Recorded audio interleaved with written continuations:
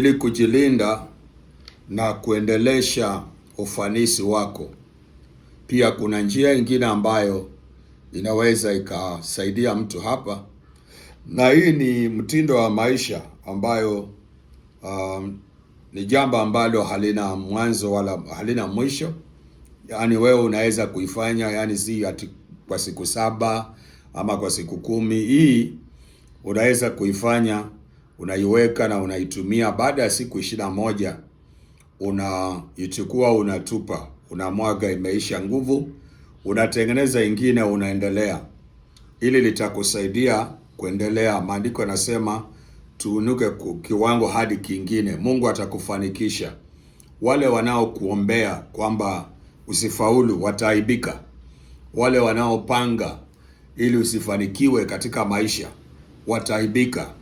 Walio kinyume wanaokupiga vita wataaibika chini ya mamlaka ya jina la Yesu. Sasa nimekuambia la kufanya. La kufanya ni kwamba chukua mchele kama huu, uweke kwa sahani kama hii. Hata kama una glasi, hata kama ni chupa, hata kama ni kikombe, lakini kitu inayokaa hivi. Alafu andika majina yako kwa karatasi mara 7. Hayo majina yako yazike ndani. Kama hauna karatasi unaweza pata jani la mdalasini, andika jina lako moja na kila ambacho unatamani maishani, uzike ndani. Kama hauna pia tumia jani la muujiza, miracle leaf. Andika ile unataka na majina yako, zike ndani. Funika hiyo majina yako na mchele mweupe kwa kitu kama hichi. Chukua mdalasini wa kijiti.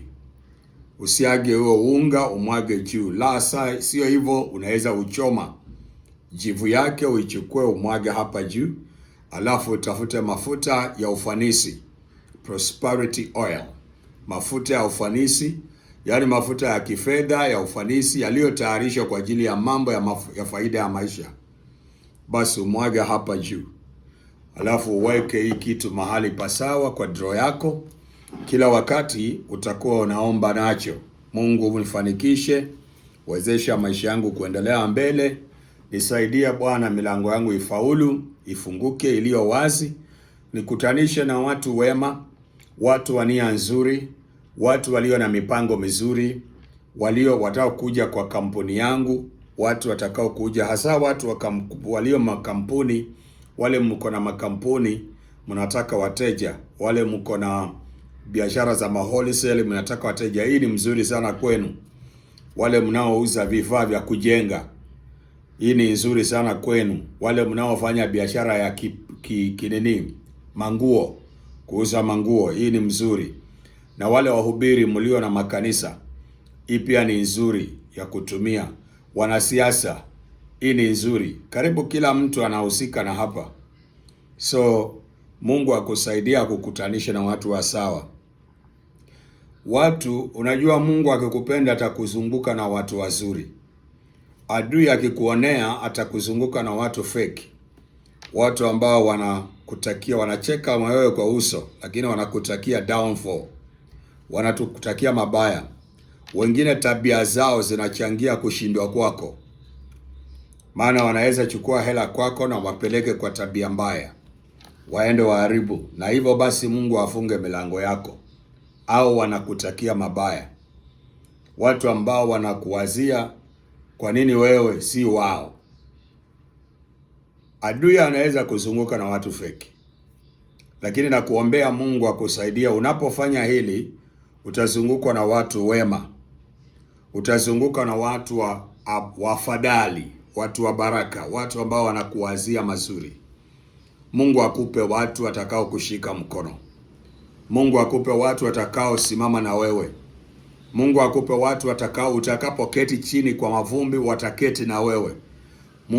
Mungu akupe watu wasio na mizaha kwa mioyo.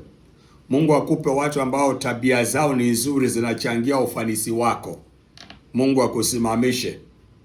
Bwana akuondolee vikwazo na vizuizi, akuondolee watu fake, akuondolee watu ambao ni parasite. Watu wa kuspiti kwa mgongo wako, kwa uso wako wanacheka, kwa mgongo wanaspiti. Mungu akuondolee watu fake, maparasite, watu ambao hawezi kukusaidia lolote. Ni wewe tu kama ni wewe ndio wasaidie. Wao hawana kitu, yaani wamejiweka tu kwamba wao ni wameumbwa duniani kwa ajili ya wewe kuwasaidia. Hao ni watu ambao wanatakana waondoke mbali na wewe, na ukifanya recipe hii wanatembelea mbali, na Bwana atavuta watu wema. Asante kwa kunisikiliza. Mungu akujalie unapoifanya. Baada ya siku 21 unatoa, unatupa, unatengeneza ingine tena. Ni mtindo wa maisha.